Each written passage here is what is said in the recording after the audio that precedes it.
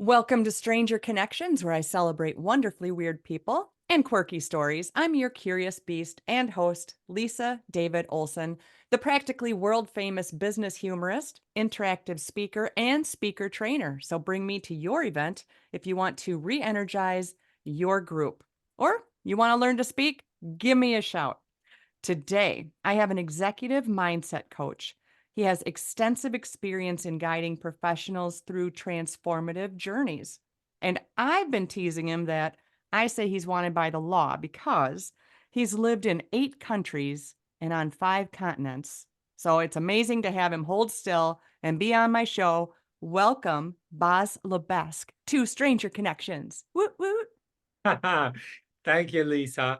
Yeah, being on the run for law enforcement, like one of the if there's like a nightmare in my life, or like one of like the things that I'm like, oh, if that ever happens to me, that will be like just a nightmare. That is really like being caught by the police and thrown in jail for like Ooh, an drama. innocent offense, or like something that I haven't done, being mixed up for the wrong guy, and then like having to spend like years in like, yeah, in some kind of horrible institution. Like, what Uh country did I wake up in today? Well, right now you're in the Netherlands, right? yes, exactly. And Dutch prisons are not the worst prisons in the world. Uh, I mean, I lived in China, and I wouldn't want to like, have to had spent in prison over there. Oh my gosh. All right. Now, how is it that you know Dutch prisons are not so bad? Well, that's what I don't know. I don't have the firsthand experience, but the Okay, way, just wondering. no, but if you look at worst prisons, like with these TV shows, like that's like with 20 people in one. Here you have your private cell, you have a TV. I mean, but still, it's really like whoever goes there, they all have their, yeah, their breakdowns, and like Uh, it's horrible. it is horrible, but you're really not a prisoner on the run. But I like how you went with it. Oh, You're actually an executive mindset coach, yeah, and maybe I could you train like, my mindset over there. yes, well, there's that. So, Yeah, what brings you to wanting to work with thought leaders and just to motivate others? Are you just like an energizer of the many, or what do you do? it's a journey that I've been on for basically. I started, like, when my mother passed away when I was 12, and Oh, I think if I look back at it now, that's where that journey started. I wanted to give my life some significance, and first I was really looking at uh, material stuff and status and having a title, and I did all that. I became a trader. I traded billions, and I traveled the world, and uh, I thought business class was like, that's the way you should live, and that's the way you should travel, and have your gold cards and your platinum cards and all that kind of crap. But if you do 100 flights a year, which I've done at a certain moment, and you wow. come to the gate and you see the same people. It's like really like the local bus stop, only it's now at an airport. It's really like, oh, I saw you last week. I saw you 2 weeks ago. Oh, you're going again. It was like, it blew my mind. But long story short, at a certain moment, I knew that that wasn't for me. I wasn't bringing any uh, fulfillment to what I was doing, any significance, and I and I had been on my own journey, and then at a certain moment, it was like, I can teach people how to do this, how to create a mindset that works. And uh, s- so many, and I was the same, I was like, life is supposed to be this way, and it can never be that way. But then it's like, it can be so many other ways, it's like, it's really like the way you want to create it. And um I've worked with people, running 20,000 people companies, working 70 hours a week, and not knowing where to go, what to do, how to change something, they're barely sleeping, and getting them to a 50-hour work week and be more efficient, more effective.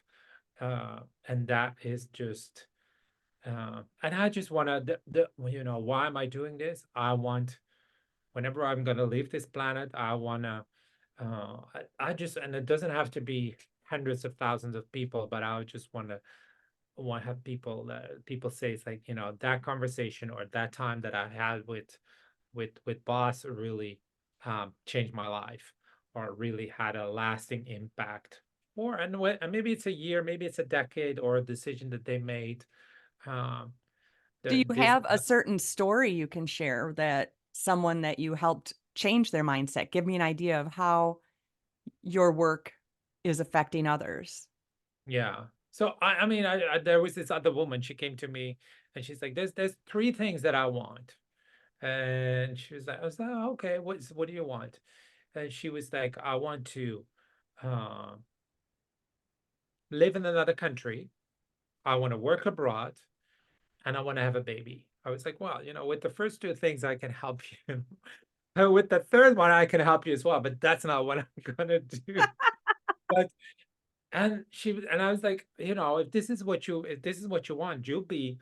It's like, where do you want to go? She's like, I want to go to Madrid. It's like, okay, then you'll be in Madrid within 6 weeks. It's not, there's no like waiting, or like, let's do it in 1 year, 3 years, 5 years. I want you, and I'm not saying that you'll go to Madrid and just to go there to spend the rest of your life there, but you're going to go. Well, we'll pick a certain amount of time. You'll have like, go for a week, go for a long weekend, but go and experience what that could be like. And then, little by little, we make it longer. And if you go to Madrid for 3 days and you'd be like, no, not Madrid, I want to go to Paris or wherever you want to go, then we'll change it. But this is the experience you want to have. And by sitting at home on your ass, you will never have that experience. So she did. She moved. She worked abroad, um, found a lover. Um, I don't know whether the baby came or not, but that was really like getting things to get in motion.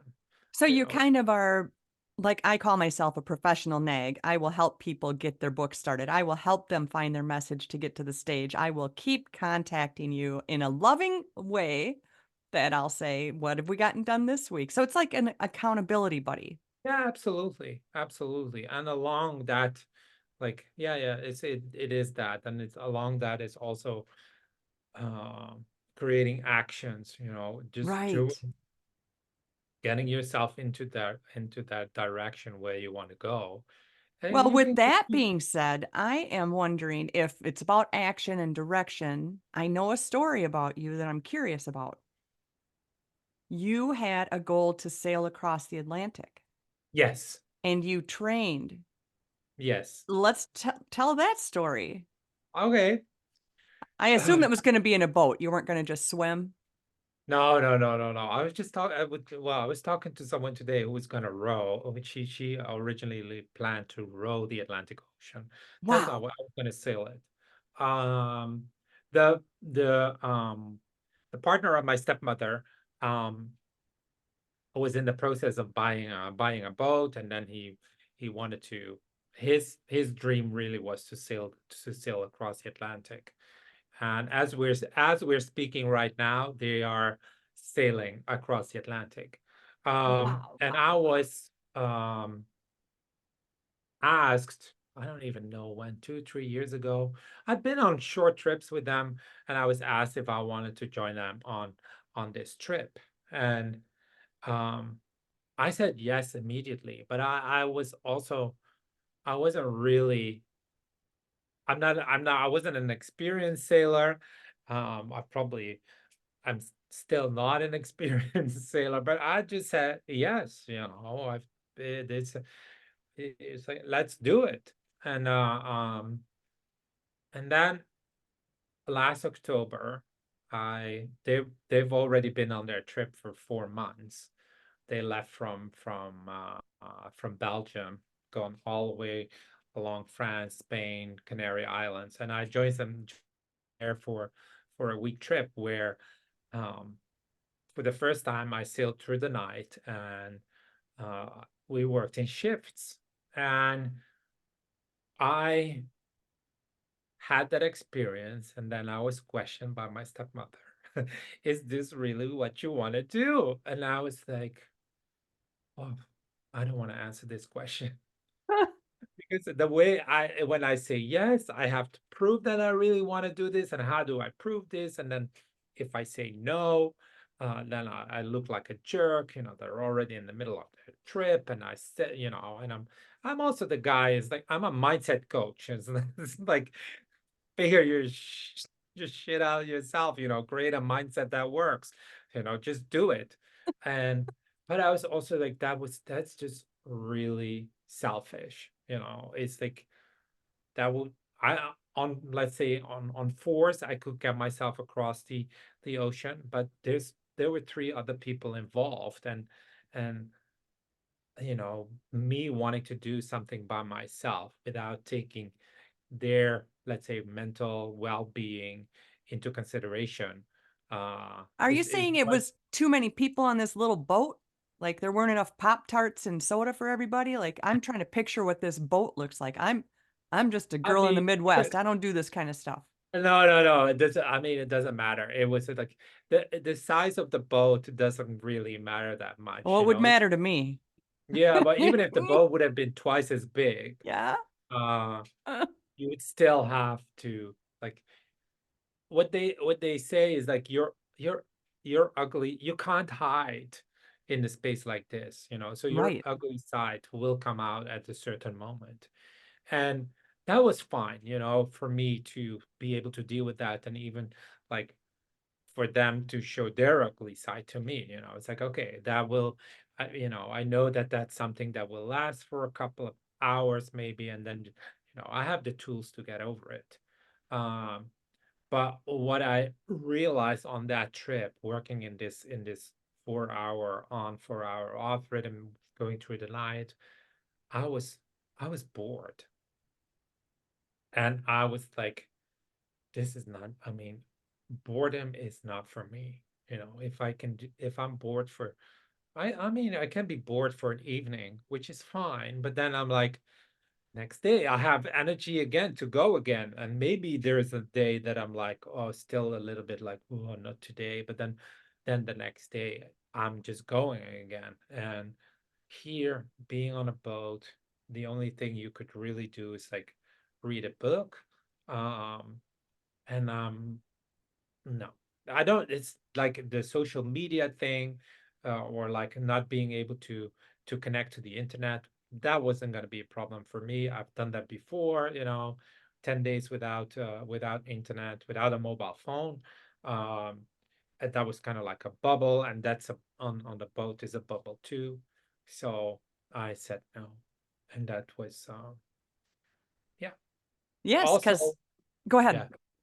The other thing was like, uh, if I say, I told the world, I'm gonna go on this trip, I'm gonna do like this a magical thing, and then I was like, oh God, now I have to tell all these people that I'm not doing this.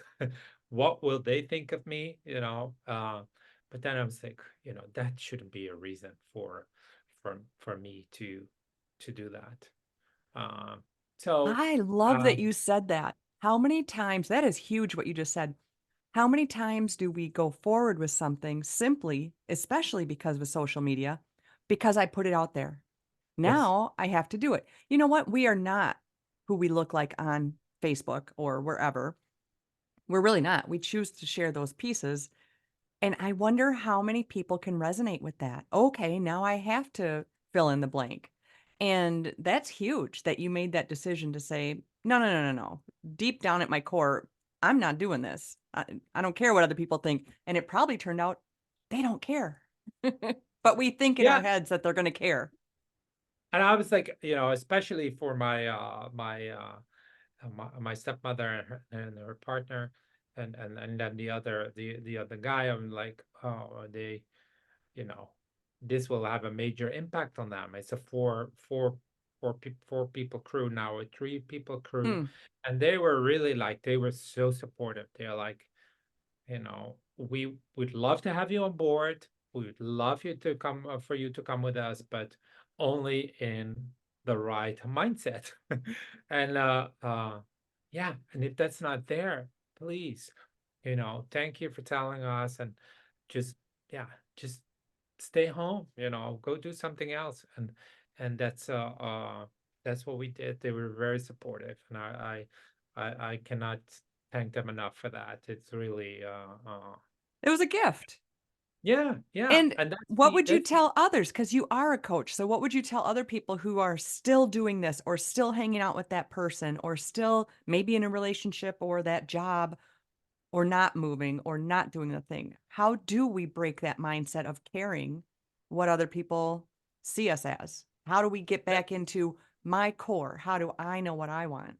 what I say a lot of times to my clients is you know exactly what you want.